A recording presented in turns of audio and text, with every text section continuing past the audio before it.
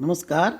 मैं यशवंत कुमार सहआचार्य हिंदी राजकीय वाणिज्य महाविद्यालय कोटा सामान्य हिंदी पाठशाला में आपका स्वागत करता हूं। हम गीत फरोश नामक काव्य रचना सुन चुके हैं। इस रचना के रचनाकार भवानी प्रसाद मिश्र हैं। अब हम उनका जीवन परिचय, व्यक्तित्व, कृतित्व जानेंगे और गीत फरोश रचना के विषय में भी ज्ञानार्जन करेंगे। भवानी प्रसाद मिश्र का जन्म 1913 ईस्वी में हुआ और उनका देहावसान 1985 ईस्वी में हुआ। भवानी प्रसाद मिश्र ने अपनी कविता में समयानुसार विकसित चेतना का उपयोग करते हुए अपनी भावनाओं को वाणी दी है। ये माखनलाल चतुर्वेदी से बहुत प्रभावित रहे तथा गांधीवादी चिंतन को अपने जीवन में स्वीकार किया। अनुभूति और अभिव्यक्ति की सरलता की दृष्टि से भवानी प्रसाद मिश्र आधुनिक हिंदी कविता के श्रेष्ठ हस्ताक्षर हैं। 1929-30 से काव्य रचना आरंभ कर वे जीवन के अंतिम क्षणों तक काव्य रचना करते रहे। उन्होंने स्वयं लिखा है, मैंने लिखना किसी बड़ी व्याकुलता या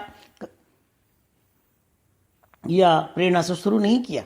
वे शुरू शायद इसलिए किया था कि काफ़ी कविताएं पढ़ चुका था, थोड़ा जी चुका था और मन में कहीं से ये ख्याल आ गया कि पढ़े लिखे लोग कुछ लिखकर ही सार्थक होते हैं।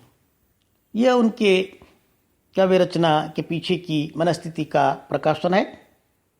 मिश्र जी जिन दिनों गीत रचना आरंभ की थी उन दिनों छायावाद और प्रगतिवाद दोनों अपने अपने काव्य स्वर को अभिव्यक्ति दे रहे थे।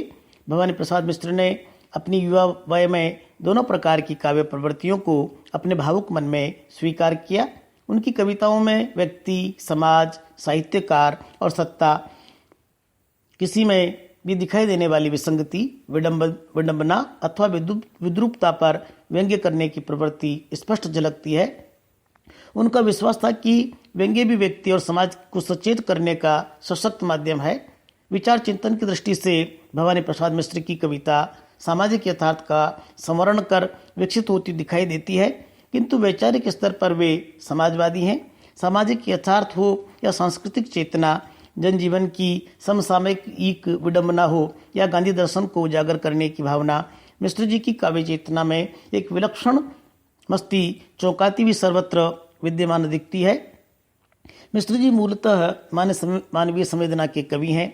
मानव जीवन की सबसे अधिक उद्यमवृत्ति प्रणय का संचार उनके गीतों में बड़े स्वाभाविक रूप में मिलता है, किंतु यही प्रणय भावना उनके कवि को जन जन के निकट ले जाती है।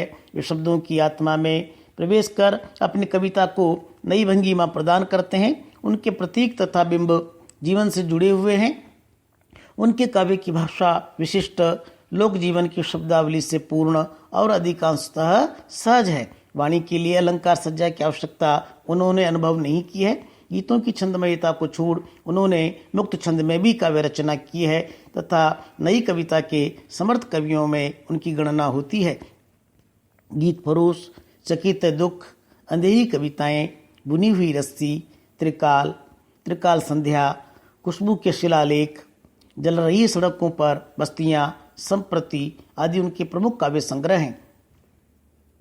कवि परिचय के पश्चात हम उनकी काव्य रचना गीत फरोश के विषय में जानते हैं। आधुनिक हिंदी के प्रमुख कवि और गीतकार भवानी प्रसाद मिश्र की गीत फरोश कविता एक लोकप्रिय कविता रही है। सामान्यतः रचना कर्म को बहुत पवित्र माना गया है, किंतु वर्तमान में भौतिकवादी दृष्टिकोण के कारण लोग रचनाकारों की कदर नहीं करते। इसीलिए इस कविता में मिश्र जी ने व्यंग्यात्मक ढंग से गीत बेचने की बात कही है। वे व्यंग्यात्मक लहजे में ही अपने गीतों की विशेषताएं और किस्म बताते हैं। जैसे कोई व्यक्ति खुले बाजार में अपनी चीज़ों की विशेषताएं बताता है और बेचता है, उसी प्रकार भवानी बाबू इस कविता में गीतों की विशेषताएं बताते हैं।